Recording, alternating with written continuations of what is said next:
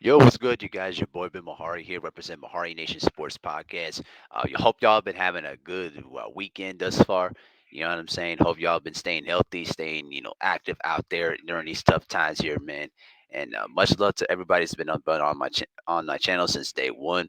And we're gonna start kicking up the coverage of NBA basketball even further now since the season has commenced. So this upcoming season, as you guys pretty much know by now, that the NBA is celebrating the 75th anniversary and celebrating the 75 great years of the NBA. And last week, the NBA announced the 75 greatest players of all time, and there were a lot of familiar names from the 50th anniversary team, and then there were some added new names into the mix. While there were some snubs that were did not make the list as well. So I'm gonna read you guys the list of all the players from alphabetical order, and then after that, I'm gonna analyze the list and then talk about some of the guys that should have been on the list. So here we go. So here's the announcement of the 75th anniversary team starting from A to W.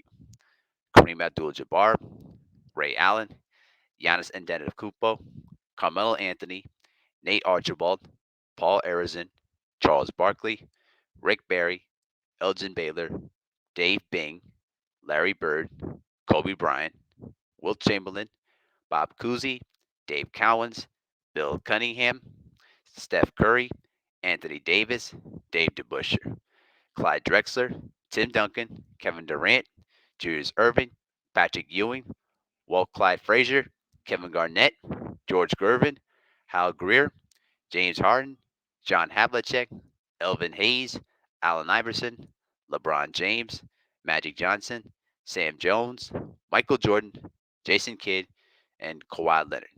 Then we're now going to the second half of the list. Damian Lillard, Jerry Lucas, Karl Malone, Moses Malone, Pete Maravich, Bob McAdoo, Kevin McHale, George Mikan, Reggie Miller, Earl the Pro Monroe, Steve Nash, Dirk Nowitzki, Akeem Olajuwon, Shaquille O'Neal, the Chief Robert Parrish, Chris Paul, Gary Payton, Bob Pettit, Paul Pierce, Scottie Pippen, Willis Reed, Oscar Robertson, David Robinson, Dennis Rodman, Bill Russell, Dolph Shays, Bill Sharman, John Stockton, Isaiah Thomas, Nate Thurman, Wes Unseld, Dwayne Wade, Bill Walton, Jerry West, Russell Westbrook, Lenny Wilkins, Dominique Wilkins, and lastly, James Worthy. So there you go. That's the remaining of the 75 greatest players of all time. Now, there were some snubs. There were some players that did not make the list, and one of them that I was surprised about that did not make the list was Klay Thompson, the second best shooter in the game today, and one of the greatest shooters in the game right now. You know what I mean? A multi-time defensive player, first team, and frequent winner of the three-point contest and multi-time champion did not make the list. You know what I mean? And also the big one that also people are having controversy about is Dwight Howard. And I think I know why they did not put him on the list. Some names were like Alex English, Joe Dumars. You know what I mean? Um, but other than that, there were a few names that unfortunately didn't make the list. You know, guys like Derrick Rose, Mono Ginobili, Tony Parker, and Paul Gasol. You know what I mean? And also, pretty much the other names that I felt that surprisingly made the list was Anthony Davis and you know Damian Lillard. You know what I mean? Now I'm not crapping on those two players in particular, but to me, Anthony Davis making that list. I mean, if we're being honest here, if he didn't play with LeBron James and wasn't playing for the LA Lakers right now, would he be honestly make that list? I mean, what to me, and I don't like Dwight Howard at all. I don't really, respect him personally. You know what I mean? Because I think he's, condescending. But when you look at his accomplishments, all right, he was an eight-time All-Star. Five times he was first team. Um, he was he was Defensive Player of the Year for three consecutive seasons. All right, and he was part of the defensive first team for 4 straight seasons when he was in the Orlando Magic, and he led the league in rebounding for 5 seasons. And one stretch, he led the NBA in rebounding for 3 straight seasons, and led the NBA in blocks for 2 straight seasons. But I think a lot of it has to do with how Dwight Howard, was moving.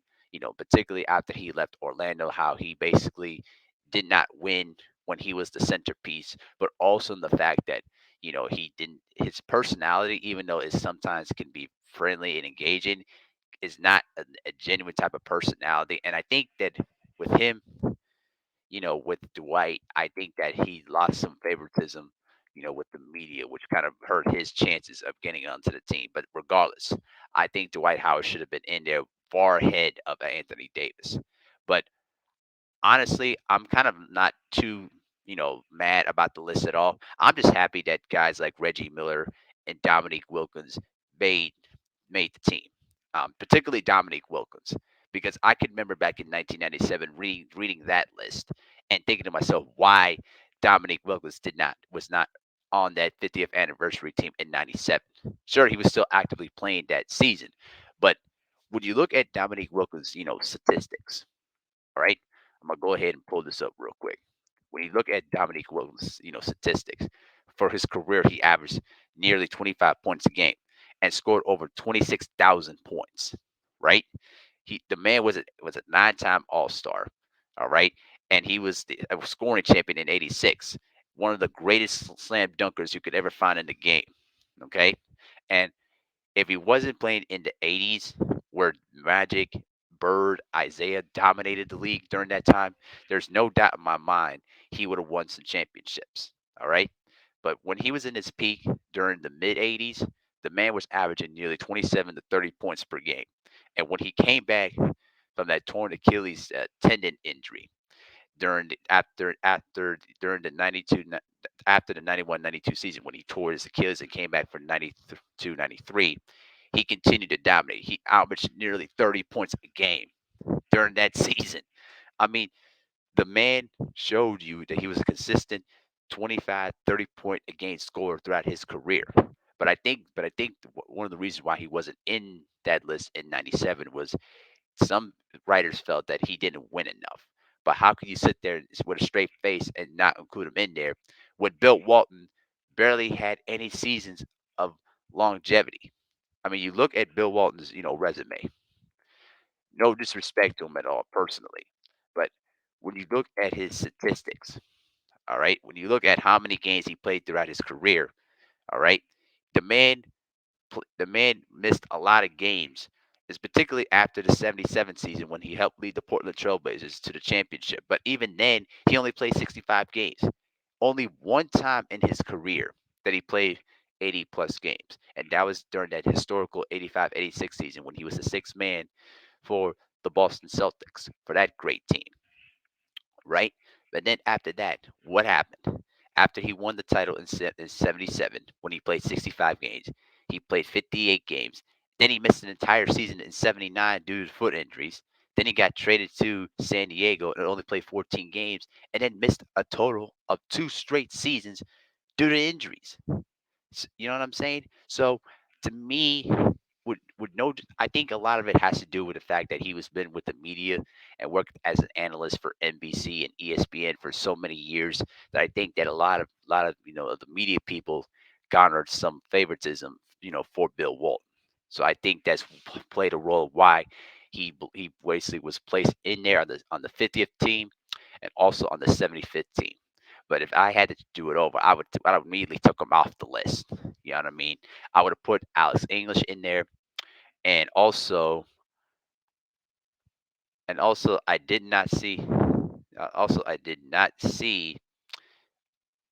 Yeah, actually, I was about to say I did not see Bob McAdoo's names, but I'm glad they put Bob McAdoo's name in there. But I think Bob Dandridge should have been on the list too, because he was the original, you know, form of Kawhi Leonard before Kawhi came in during his time, right? So to me, the way I look at the list is, I mean, I give it, an A minus. You know, it's a really good list.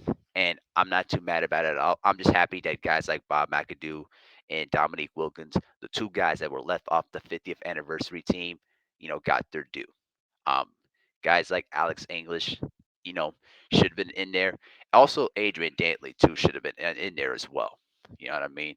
Alex English, Adrian Dantley, Dwight Howard, and also Klay Thompson should have been in there too as well. Also, that I think eventually down the line, you know, the right same wires are going to basically put those guys in there eventually.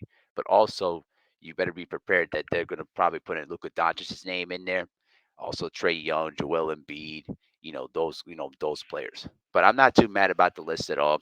I think this is a really, really excellent list of players.